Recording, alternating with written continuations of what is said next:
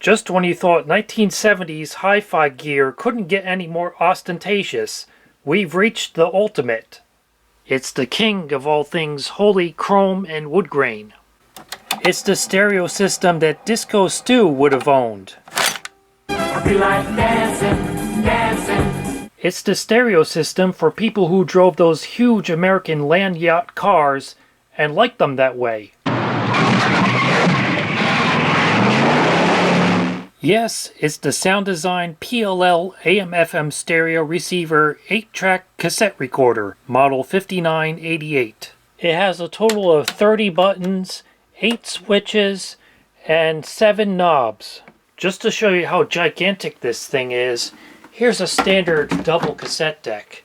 The Sound Design is almost 6 inches wider and is about 2.5 times as high. As for how much this magnificent system cost when it was new, I found it in the 1983 Blue Book of Quality Merchandise, and including a pair of two-way speakers with 8-inch woofers and 3-inch tweeters, it had a list price of $559.95, but it could be yours for the bargain price of $349.99. That's over $1,100 in today's money. So yeah, it's actually from the early 1980s, but people associate chrome, wood grain, and 8 tracks with the 1970s, so that's my story and I'm sticking with it. On the back it has screw terminals for 2 pairs of 8-ohm speakers, 2 sets of phono inputs for different types of cartridges, including a ground terminal, and terminals for an internal or external FM antenna. The AM antenna is also built in. And there it is, Sound Design model 5988, made in Japan. And if you can manage to get this gargantuan wooden box flipped upside down, you'll find the entire schematic diagram printed on the bottom. Luckily I don't have to rely on that because I have the service manual, which includes a full-size schematic. There's a lot to go over here, but you can break it down into 5 basic components, all contained in this one huge box. You get a digital clock and timer, an amplifier, an AM/FM radio tuner, a cassette recorder, and an 8-track recorder. The vacuum fluorescent digital display of the clock is what you first see when you plug it in, even before you turn it on, and you get some controls here for setting the clock, but you can also operate it as a timer to turn on the stereo system at a specific time, and also as a sleep timer to automatically turn it off after a certain amount of time has elapsed. On this strange and mournful day, but the mother and child. That was the sleep timer automatically turning off the radio. You can set it for up to 1 hour.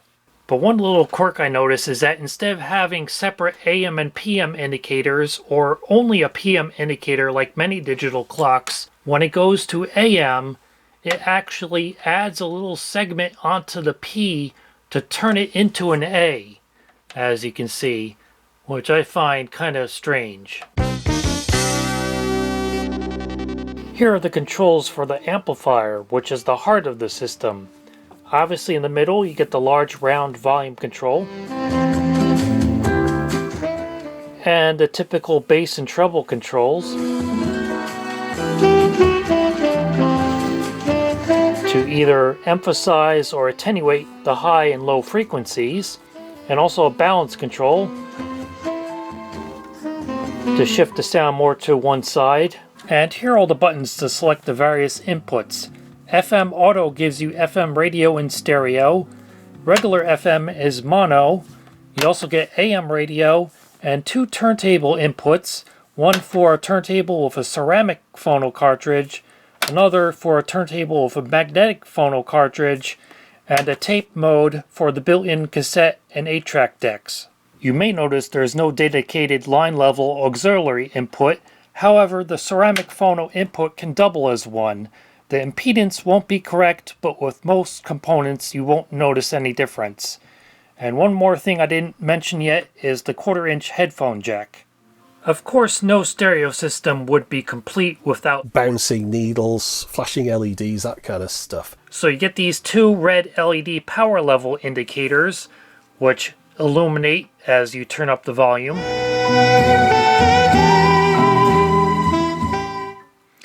And these meters come into play whenever you're recording or playing a tape. I am speaking from the left. My name is David. I am speaking from the right. My name is Mary. And over here you get even more buttons. You can select between either just the main pair of speakers or the main and remote pairs of speakers. You get a loudness button, which boosts the bass at lower volume levels to improve the sound quality, especially when using smaller speakers. And you get low and high filters, also known as rumble and scratch filters. It looks silly to put a mini changer on top of such a big stereo system, but this allows me to demonstrate the ceramic phono input, and a BSR record changer is almost guaranteed to be exactly the kind of turntable a system like this would have originally been used with, just one of the full-size versions instead of this compact version. You and me. Thinking the skies away, chasing my thoughts today. Easy to bow, but say easy to slide away. And if you want to use a higher quality turntable, then the magnetic phono input also works fine and sounds good. Got me hypnotized, so head down, get a rhythm. The amplifier has a uniform output power rating of 10 watts, and the specifications confirm that the ceramic phono input does double as an aux input. So for example, you can connect a CD player, just too bad they didn't come in chrome and wood grain to match the styling. Hi, this is Dick Bartley for fascinating inside stories on the greatest hits of the 60s and 70s and where to find them on compact disc. Join me here Monday through Friday for New Gold on CD.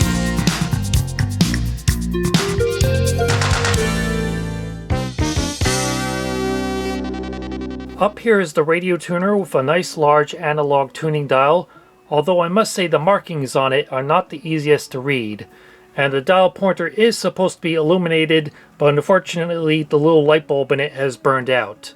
But that's not all you get, because if you push this button here that says frequency display, the clock turns into a digital readout of the frequency you're tuned to. So it's an analog tuner with a digital display, which I think is really neat. Return Sunrise. And it pulls in plenty of stations. Pacific Islander Heritage Month. Please use that 841 time for 068. You could always call us at 800.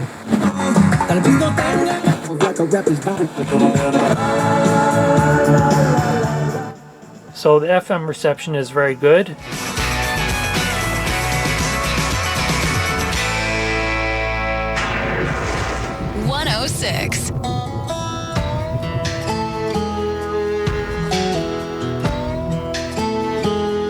Now let's try AM.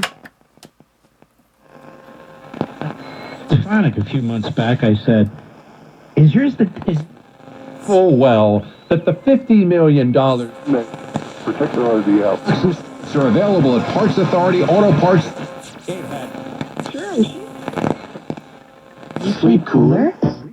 The reception on AM is not as good, but it's adequate for pulling in your favorite right-wing talk stations. Service. The river crossings, I'm not seeing. And also your news and sports stations. And if you're lucky, a good music station on AM as well. And again, you get that optional digital readout on AM, and it goes in 1 kilohertz increments, so you can really fine-tune in those stations. 11:03 here on WTOP on this Wednesday night, May 22nd, 2024. Hyattsville at 78 degrees and falling to the 60s.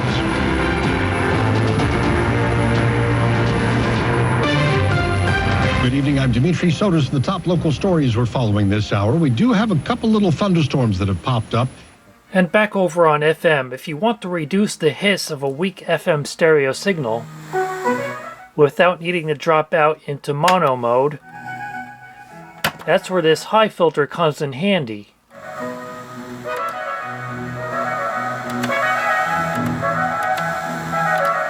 Doesn't make a massive difference, but it helps to take that edge off and make it a little bit more listenable. And on FM, the muting button mutes the audio until you've tuned in the station so you don't get that static between stations as you tune across the dial. Is our executive producer.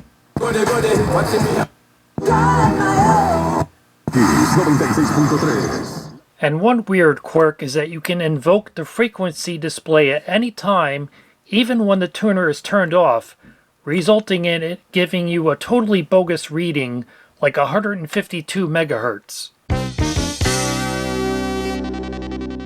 The cassette deck has a nice soft eject door, and it supports Type 1 normal, Type 2 chrome, and Type 3 ferrochrome tapes. These were supposed to give you the best of both worlds by using a combination of ferric and chrome formulations, but they never really caught on, and they were quickly phased out in the early 1980s when Type 4 metal tapes were introduced. You may recognize this cassette mechanism because it was very commonly used in stereo systems in the late 1970s and early 1980s. It was actually made by Tanishin. It's their TN57 mechanism, and it is a rather clunky affair. The buttons have a long travel and require quite a bit of force to activate.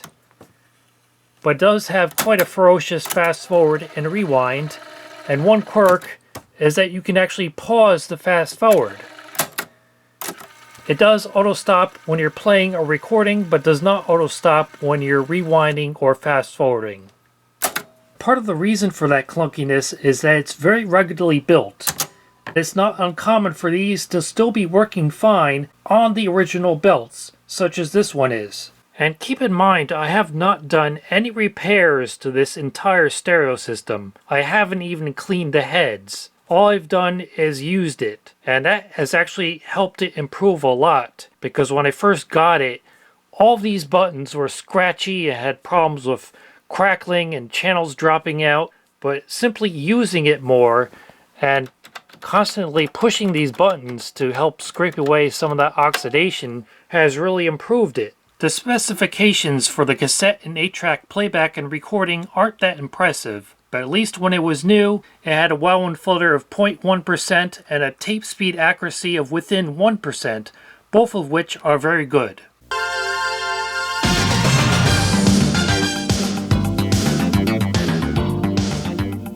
Pontiac would like to thank you for choosing a 1992 Transport and welcomes you to driving excitement. Your new Transport will turn heads with its dramatic styling. The advanced design space frame is strong yet lightweight, and composite polymer thermoplastic body panels will resist dings, dents, and rust. The tape deck does not have Dolby noise reduction. Instead, it gives you Sound Design's own noise reduction circuit called NRC. The NRC is only for playback. It has no effect on recording, and it's just a fixed low-pass filter, so it's not as sophisticated as Dolby noise reduction. But it does help to reduce tape hiss, especially with voice recordings. So he came home drunk. His wife said, "Where were you?" He said, "I was at the Golden Cafe, honey, and they have a golden urinal in the men's room." He said, "I don't believe such a thing." She says, "Well, call him up." She says, "Hello, is this the Golden Cafe? I'm sorry to bother you, but you have a golden urinal in the men's room." He said, "Hold on." He said, "Hey, boss, I just found the idiot who peed in the saxophone." Recording the tape is where I encountered the one problem with this system, and that is these loosey-goosey recording level controls.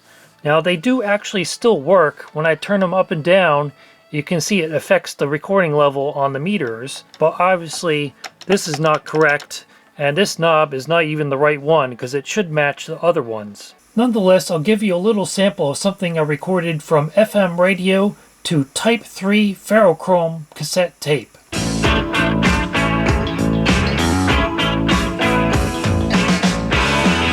That's 98.3, Brett Radler with today's hits, yesterday's favorites, and my fingers crossed that the thunderstorms they're predicting for Monday don't roll through. Was really hoping to get to the Metuchen Memorial Day Parade on Monday. It's like a Central Jersey tradition. You planning on going? Hope you always know your worth, though I know that life can hurt. And finally, you get a pair of microphone inputs, so you can sing along to your favorite music and record it to tape. Testing the left. Hello, hello. Okay, that's working. And testing the right. That one is not as loud. That's better. So right channel, left channel. Let me turn that one up as well. Hello? Okay. And last but not least is the 8-track recorder. Yes, it can record as well as play. And it has some other features you don't normally get on an 8-track deck, including pause, as well as fast forward, although that's really just playing at 2 times speed. So it's not that fast of a fast forward, but it's better than just having to wait for the whole thing to play through.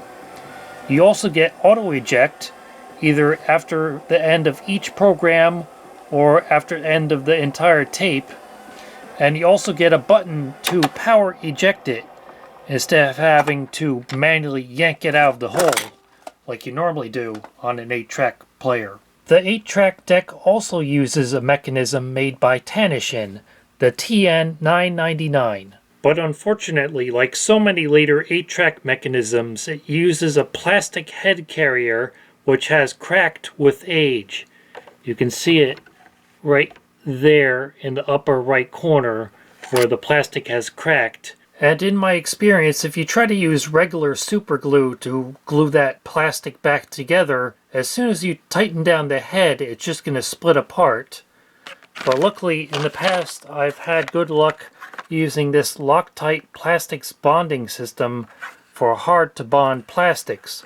I repaired another 8-track deck with this same problem using this, and even after several years, it's still holding together just fine. So that's what I'll do with this one as well. But in the meantime, it's still working well enough that I can demonstrate it. You just might hear some crosstalk in the quiet parts because the head alignment is not correct. There's got to be a morning after. We're moving away. With every step that you take, you're paying your dues. I'll be home again. Now you've got satin pillows to cry on, satin pillows to cry on.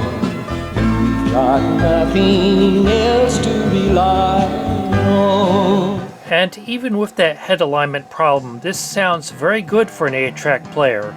I was really surprised. And yes, the NRC does work on the 8-track as well as the cassette. And if you want to record on an 8-track, you just hold down the record button and stick in the cartridge, and you're recording. But unfortunately, I find recording on an 8-track to be very frustrating and time-consuming, because you can't rewind. So there's no way to tell how well the recording is coming out unless you wait to have it play all the way through and then come back around to where you started. And there's no way to tell how much tape is left. You're shooting in the dark as far as whether or not the song you're recording will fit on the program before it reaches the end.